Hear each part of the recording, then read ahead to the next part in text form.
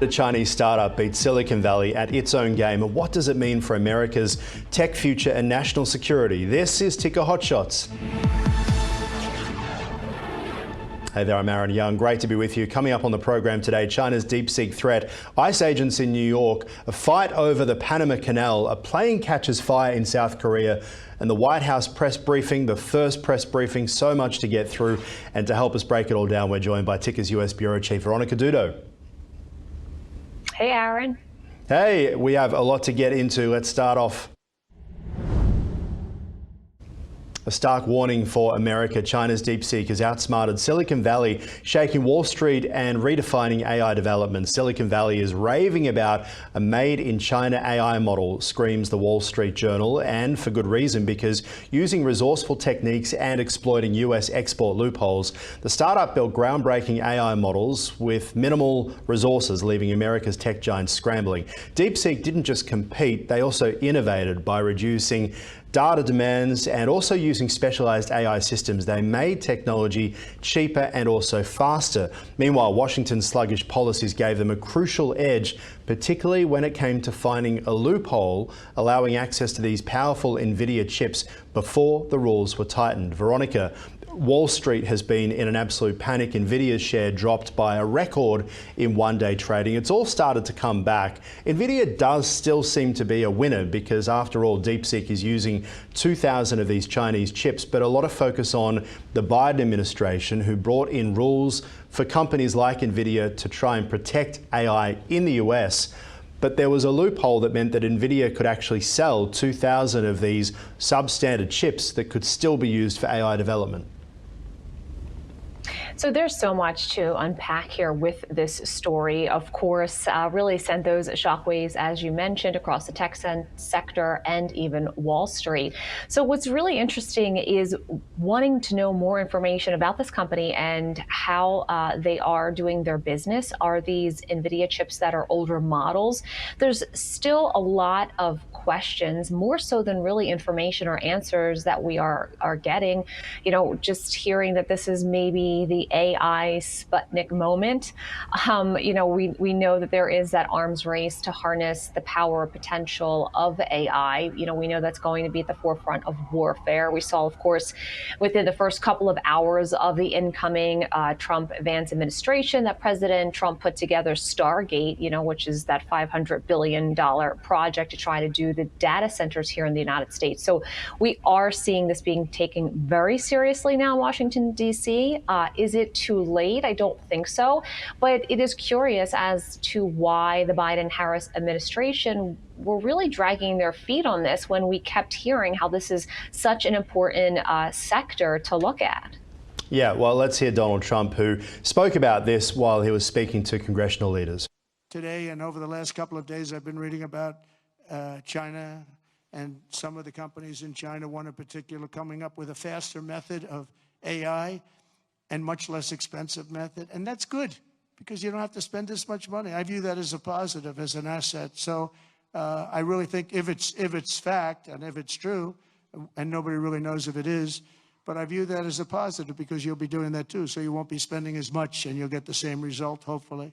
He's ever the businessman, isn't he, focusing on the cost of things. And obviously the whole history of Silicon Valley and the tech sector is someone does something and someone comes along and does it cheaper. Think what SpaceX has done to NASA when they were launching rockets. You know, SpaceX has come around and said there's a more efficient way of operating here. The trouble for the US is that it isn't a US company that is doing this, it's a Chinese company. The question then says about NVIDIA, they've got these massively expensive chips that they've been working on, which is one of the reasons why their stock price has been growing. But they still would be able to sell this secondary chip, the one the Chinese are using for DeepSeek, to other US and global companies, right? So essentially it becomes a two-tier system that could then bring down the cost.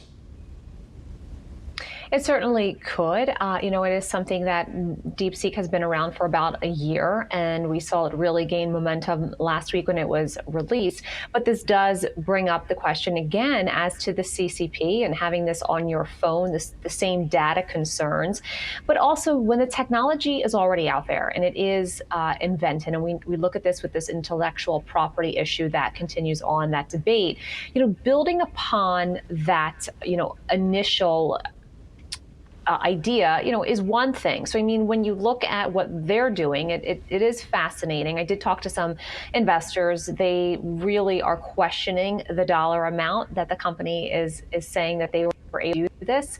So really fascinating. And I think that a lot of people want to know a lot more about this. Well, just on that, it's interesting you mentioned investors. I mean, did they give any understanding as to how they're feeling at the moment? Because the past year, so much money has been poured into not just NVIDIA, but any company that uses AI. I mean, we have a running joke here at Ticker in the newsroom that any company that we speak to generally tries to find a way to put AI into a product these days. And we cover it so much in the news, right?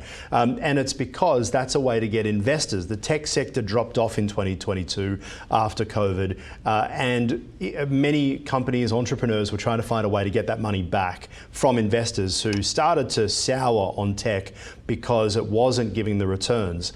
Is this now happening to AI, where we're unlikely to see the returns from all that money that's been poured in over the past year?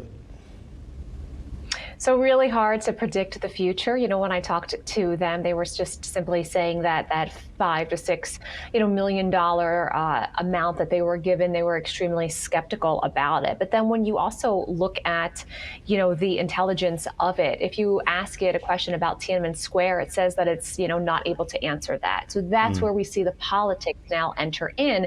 So if you are trying to market some type of, new app, and of course this now is related to AI, and this is what everybody's very interested in, but you can see the drawbacks here in terms of that it's extremely political. Yeah, I mean, but look, all tech companies are. Google's changing the name of the Gulf of Mexico to to Gulf of America because that's what the president has asked for. We have seen Elon Musk and Mark Zuckerberg changing the way that they operate at their tech companies because that is in favor with the administration. I mean, politics and tech companies are the same as politics and media companies of yesteryear. I mean, John Acosta leaving CNN because he doesn't get, he was Trump's least favorite reporter. You would say that on all sides, politics and media and business and tech, everyone wants to keep the administration that they answer to happy, whether it be a Chinese company or an American company, right? Definitely depends. In the United States, there is the free speech. We don't have golden shares. That's something I would love to look more into that's happening in the CCP, this talk about having a golden share in some of these companies that ultimately does go back to Xi Jinping. So that is something, too, that a lot of journalists are trying to find out. Businessmen and women in Wall Street just heard about this, and they're absolutely shocked. So that's something to definitely keep an eye on. Immigration agents conducted a series of raids across New York City, targeting individuals with outstanding deportation orders. This is the headline. ICE agents in New York City take at least 4 people into custody in early morning operation, this according to sources. Now, they've revealed to CBS News that New York law enforcement carried out operations at 3 locations in the Bronx, at Ogden Avenue, at DeVoe Terrace, and also Creston Avenue. Officials emphasizing their commitment to enforcing the law while prioritizing the safety and well-being of the community. Now, we've been watching this pretty closely, and this is what President Trump had spoken about. It's interesting to give some perspective in Australia, where we are an island, and in the 1990s we started to have a lot of people arriving by boat and a lot of people dying, and it became a hot button political issue. In fact, friends of mine who do polling, they said that when they did polling of the Australian community, illegal immigrations, boat people as they were referred to, was the #1 trending topic, bigger than the economy, bigger than what's going on in global politics. That was the thing that they were most worried about. And that has very much been amongst the plethora of topics that Donald Trump has been focused on in his first week in office. But immigration and the ICE raids are something that he promised. And it's pretty spectacular watching it playing out, particularly what happened with Colombia over the weekend. It certainly was. This is where there were the two planes filled with military-aged male illegal immigrants, and Colombia would not allow them to land after they had already requested permission, and it was granted. And so we saw President Trump say, well, then we're going to put 25% tariffs on the goods that are coming from Colombia. Next week, it'll be increased to 50%. We'll also be, putting sanctions on some of the government workers. We're going to be looking at the visas, so on and so forth. And within 2 hours, the president of Colombia said that the planes could land if they were going to take off again, but also he offered his own personal plane to take those deportees. So, we are seeing that this administration is taking this extremely seriously. They're going after what they're calling the worst first. And so these are the people who are in the drug cartels. They are, selling arms, ammunition, everything that's illegal, drugs, criminal rings. One of the individuals who was apprehended in New York today was one of the leaders of the Tren de Agua gang that has been getting so much attention here in the United States. Of course, we've covered for so long MS-13. Now this Tren de Agua has really come to the forefront, and they have really done horrible things. A lot of them have long rap sheets where they are serial rapists, child molesters, and the list goes on and on. We also saw the new Secretary of Homeland Security, Kristi Noem. She went out on one of the raids this morning. She was in New York about 2 or 3 o'clock, and she took to the streets and the alleys. She took some video for social media, and she did address those ICE agents and the people who are working for the Department of Homeland Security. She basically, thanked them for their work and that they are committed to seeing this through. Yeah, I mean, during the Biden administration, 10 or 11 million people over the past 4 years headed across the border from the southern border there. And there's been a lot of talk about getting them out of the country. Now, at 1,100 people a day who are being arrested and deported, that times 365 days in a year is about 430,000. Then you think about 10 million. It's going to take, according to my calculations, 25 years at this rate. Do they then have to really ramp it up, or is it just impossible to get 10 million people out of the country? A lot of people are just, throwing around these words and phrases, these ICE raids. I did a ride along with U.S. Marshals, and we were part of an undercover operation that was happening across the United States simultaneously. It was nation to nation. It was Operation Falcon. Please tell me that in your spare time you're an ICE agent. No, as a journalist, when I worked for NBC, we went with the U.S. Marshals for this particular operation. And it was Operation Falcon. They still do it. It is not announced when, and they do it in the early morning and late night hours. And this was to get illegal drug activity and, of course, illegal weapons. And, when we went there, obviously, we had to keep a lot of the agents' faces blurred out. But also, they told us that if there was an exchange of gunfire, that we needed to get behind the hubcaps of the trucks because we were just literally standing in the middle of the street. And they, knocked the door down and they went in the house. And it's very dangerous work that they do. And it is, just to, again, try to rid the streets of criminals. Right, let's have a listen to former Disney actress Selena Gomez. I just wanted to say that I'm so sorry. So many people are getting attacked. The children. I don't understand. I'm so sorry. I wish I could do something, but I can't. I don't know what to do. I'll try everything, I promise. All right, pretty emotional, obviously, and it's an emotional time for a lot of people, and there's a lot of different views.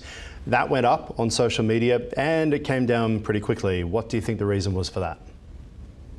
So big debate on that. I'm not exactly sure if it was just a story that eventually it would be done in 24 hours or if there was a lot of pushback, saying that maybe it would be better to stay out of politics as somebody in the entertainment industry, and of course someone who's not really dialed into a lot of those law enforcement meetings and really having an understanding as to what's happening, or what is the security for the United States.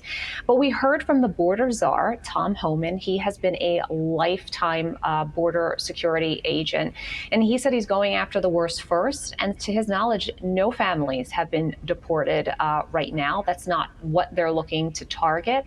And so, again, a lot of people are sad if people feel the need to try to come into the United States illegally because they are fleeing worse conditions back at home, which that's another story, because if you were to help those countries, clean up that corruption and also the drug cartels there, a lot of these people wouldn't even want to leave their home. So it is a very complex issue. People understand the humanitarian aspect, of it too. But if people want the laws changed so that it doesn't say that if you come here illegally, then you are a criminal, then lawmakers need to change that. Otherwise, that is the law of the land. Also, I mean, she starts off in that post saying, my people, and if the people who are being targeted are violent criminals, well, I mean, we all need an audience, but do we need those people? Now this. Major development in the fight over the Panama Canal. Senator Ted Cruz has alleged that evidence suggests Panama may be breaching the 1977 Canal Treaty. This is the headline. Evidence shows Panama may be in violation of that treaty. The accusation has raised concerns over international agreements and the sovereignty of transit rights. The implications could be significant, potentially affecting maritime trade and relations between the United States and Panama. So there is so much in this. Let's first have a listen to Ted Cruz. But the Panama Canal was not just given away. President Carter struck a bargain. He made a treaty. And President Trump is making a serious and substantive argument that that treaty is being violated right now. This committee has jurisdiction under the Senate rules over the Panama Canal, and today we will examine evidence of potential violations. President Trump has highlighted two key issues. Number one, the danger of China exploiting or blocking passage through the canal. And number two, the exorbitant costs for transit.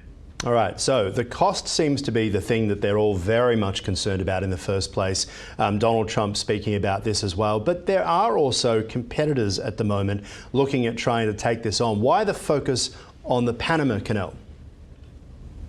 So currently, I listened to this hearing, and it was quite long. Plus, there was a lot of other news happening today. So what they are being told and what they have shared at this meeting, in Washington, D.C. on Capitol Hill, was that Chinese companies are right now building a bridge across, and they are slow rolling it so that this continues for decades. And right now, according to this information, is that China controls who can come in and out and when.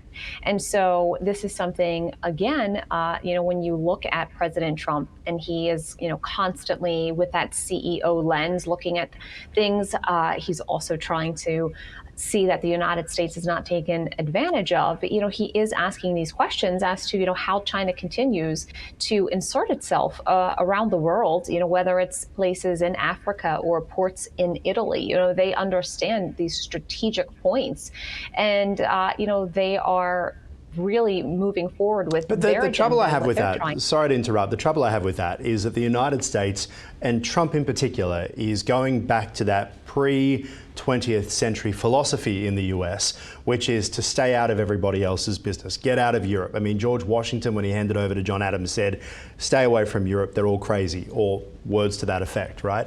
And Donald Trump very much seems to be following in that philosophy. We know that the US Army, prior to World War I and II, would raise up and then go back down because they didn't want to have a standing army. World War II and Pearl Harbor obviously changed opinions in Washington on that. But things then got out of control, the Marshall Plan, which paid for Europe to be rebuilt. Because the US policy, particularly Trump's policy, is to get out of things, is it not at all surprising that the Chinese rock up with a bucket of cash? So I don't necessarily know if it's always getting out of things. It's wanting to not be taken advantage of. So when you look at NATO, for instance, why is the United States paying the full amount when this is safety and security for European countries and they're not even paying themselves, and it's security for them? Valid point, right? And a lot of Americans did vote for him. So it's something to consider. It's something also for lawmakers because, we have the three branches of government. It is, of course, the executive office, the Oval Office, who's in there, but also the House of Representatives and also the senators. And so they all really need to have some serious conversations moving forward. Again, when you look at, the Gaza war, Trump said release the hostages, or there'll be all hell to pay. So he's not turning his back. He's not getting out of that situation. He's saying, we have to right the ship here. We need to have some common sense moving forward. We also heard that Vladimir Putin is open to having a respectful dialogue with President Donald Trump. So we'll have to see what happens with that. So he's looking to try to fix and mend things. I don't think that he wants America to succeed and the other countries to fail. That is the biggest message that people around the world really need to hear and to understand. People can take unflattering photos and, of course, only play out embarrassing gaffes and, sound bites. But when you look at it, he addressed the World Economic Forum, and he's just saying, let's all together, rise up and try to make a better world. So hopefully he can do it. I don't really think a lot of people would be against peace and prosperity globally. Well, I guess the question is if the US leaves the playing field, who comes on, and will, if the US doesn't play peacemaker or global policeman, which is a role that for decades it hasn't just had to do, but it's wanted to do, what happens when they leave, and what are the ramifications of that? You were talking about Republicans. Now, they came together, obviously, and Trump has been speaking to them in Florida about, I guess, his agenda and also the fact that they currently hold a Washington trifecta, the executive branch, the House of Reps, and also the Senate. Let's have a listen now to President Trump. This has been a very exciting and will be a very exciting new chapter. There's nothing we cannot achieve as long as the Republican Party remains united. And in January 2027, we will have a larger Republican House, a larger Republican Senate, and our country will be richer, safer, stronger, prouder, greater, freer, and ever before. Now, a united Republican Party is really a MAGA party, because if you think about the Bush type of Republicans, the George W. Bush, the George H. Bush, Jeb Bush, of course, who had been governor there for quite some time too, it was a really different party compared to the one that Donald Trump is leading. If and in many ways, the hawks of the Republican Party, who are the ones behind the Afghanistan and the Iraq war, well, Trump has hit out at those people very firmly, including George W. Bush himself. So what is a modern day Republican, and what happens if you're a Bush type Republican? So it's going to be interesting to see how it all shakes out. So far, we are seeing a lot of support for President Trump and also his agenda. Of course, people definitely know what it is. He has not been shy in these past couple of years, continuing to hold his rallies and to, really just keep touting his list of items that he is interested to do. For these congressmen and women who are in Washington and also representatives, a lot of them, want to see some of the restrictions for business loosened up. He's looking at taxes. They're also looking at energy. How can we find that? The grid for the United States is quickly becoming very full. And so that is a very real situation, that there is a race to try to figure out energy.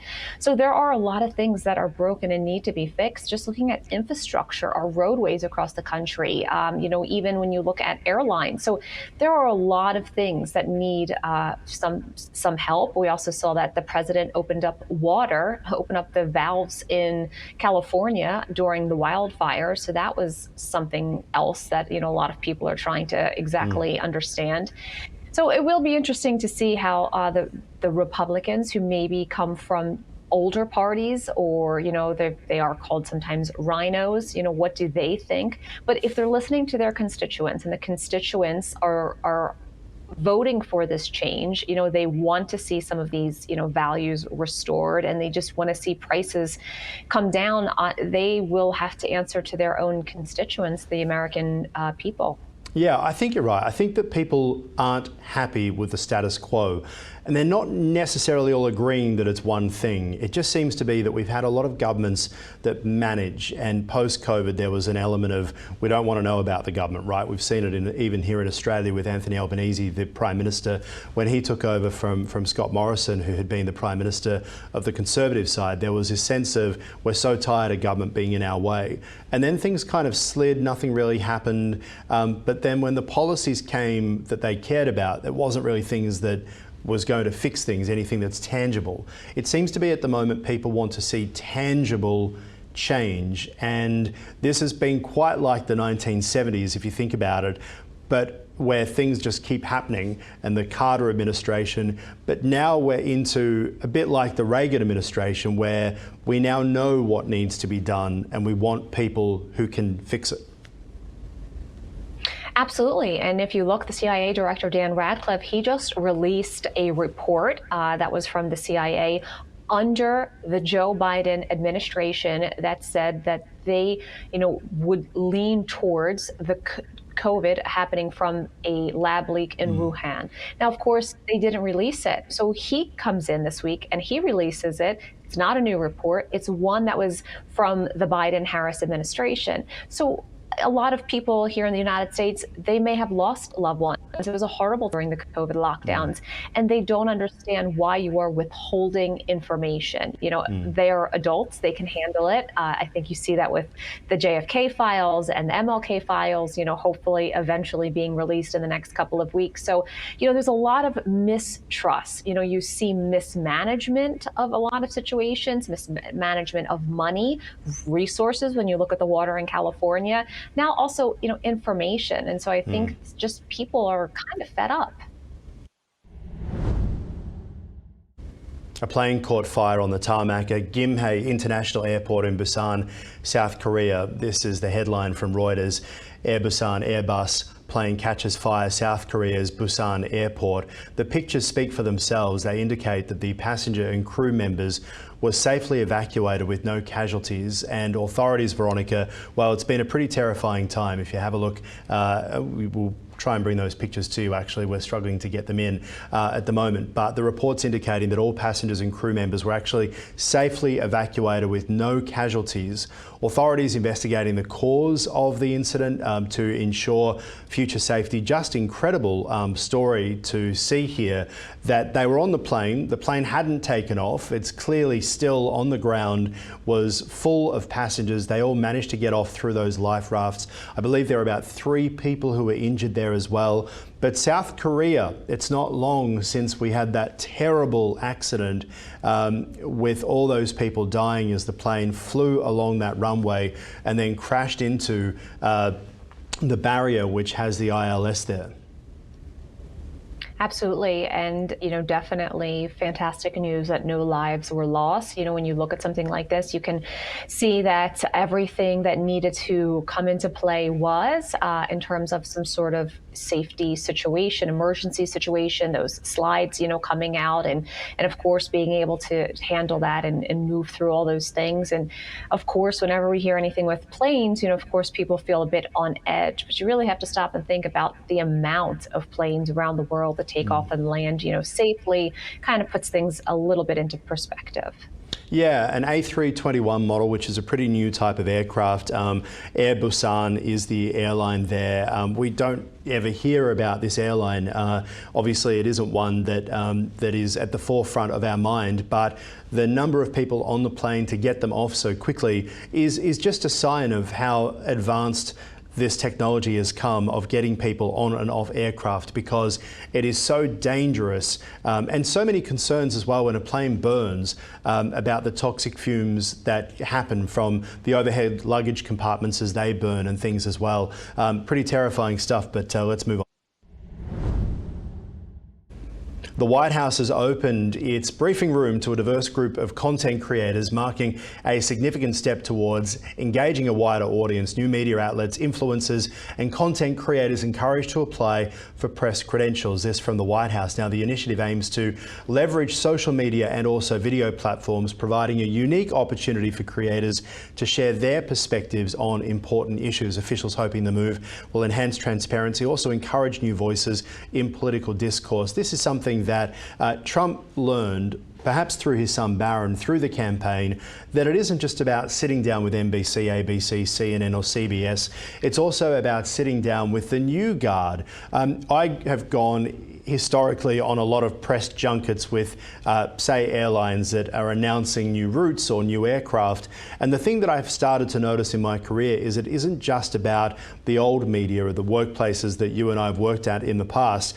There's also influencers, because they realize that young people aren't getting their news from the old-fashioned 6 p.m. news as much these days. They're getting it from social media influencers who don't have the same groupthink that can quite often occur within the press corps. It certainly comes down to eyeballs, right? All of those views, whether it is done in a state-of-the-art multi-million-dollar studio and extremely polished, or really just in someone's home office if they have a microphone. As long as you have those views, you're really kind of able to rule things. So very interesting to hear Karoline Leavitt. She is the youngest press secretary in U.S. history at 27 years old. She made that announcement saying that 2 seats that are along the wall of the briefing room, which is usually reserved for White House staff members, will be open to some of these new media. And they clearly recognize the shift in what is happening with America. You know, when you talk about being a CEO, and of course, Aaron, I think you can attest to this professionally, looking to the future, you know, looking to see what's changing, having that vision is so key so that you can stay ahead of things and also ahead of the competition. And I think Donald Trump continuously brings that CEO lens, you know, that we talked about earlier in the show to everything.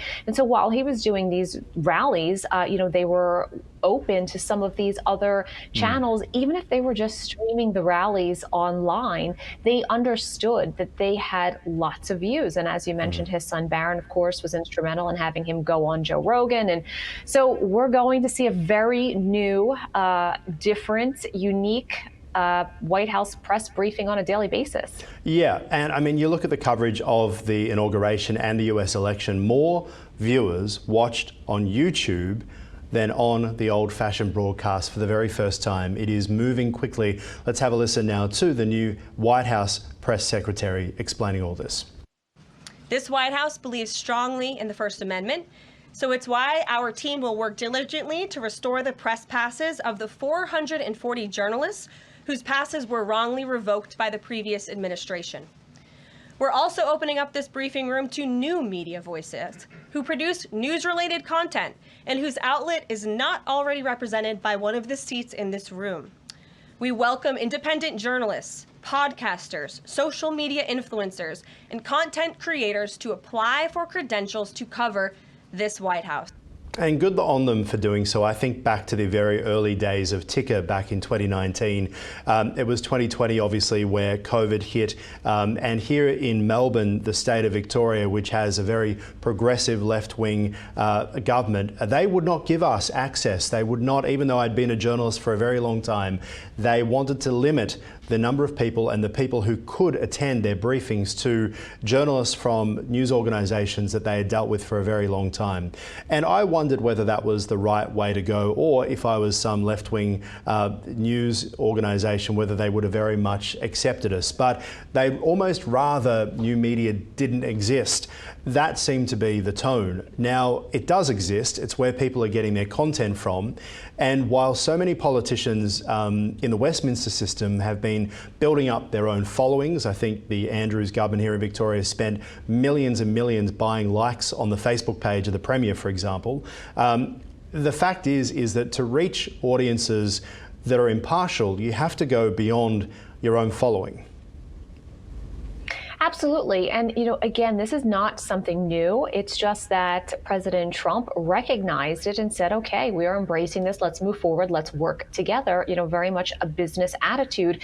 Because if you looked at the Biden-Harris administration, even though Karine Jean-Pierre would be doing the White House briefings, they were streaming online. And so many times we saw these podcasters like Joe Rogan and so many others and Call Her Daddy. You can take snippets from this and then play it out and discuss it. So even though they weren't in the room for the White House press briefing, these different types of people, communicators, influencers, whatever you want to call them, hosts, they were still discussing it. So now they just have a seat at the table. So, good for them for recognizing the future. Yeah, it'll be interesting to see, and also might help with resources for those organisations as well, as resources for major media organisations continue to drop. CNN announcing job cuts, we've seen that, and a lot of them moving towards digital and away from traditional broadcast. So it's levelling the playing field for so many different broadcasters, streamers, content creators, news organisations like Ticker as well, to say that no one should hand out a licence to be a news organisation. We often talk in this country about how Rupert Murdoch News Corp quote, own 75% of the newspapers. They don't. It's just their newspapers are bought by 75% of the audience, and there is nothing stopping anyone from starting a newspaper. But I would argue in this day and age, imagine being stupid enough to do so. Veronica, appreciate your time as always. Thanks, Aaron.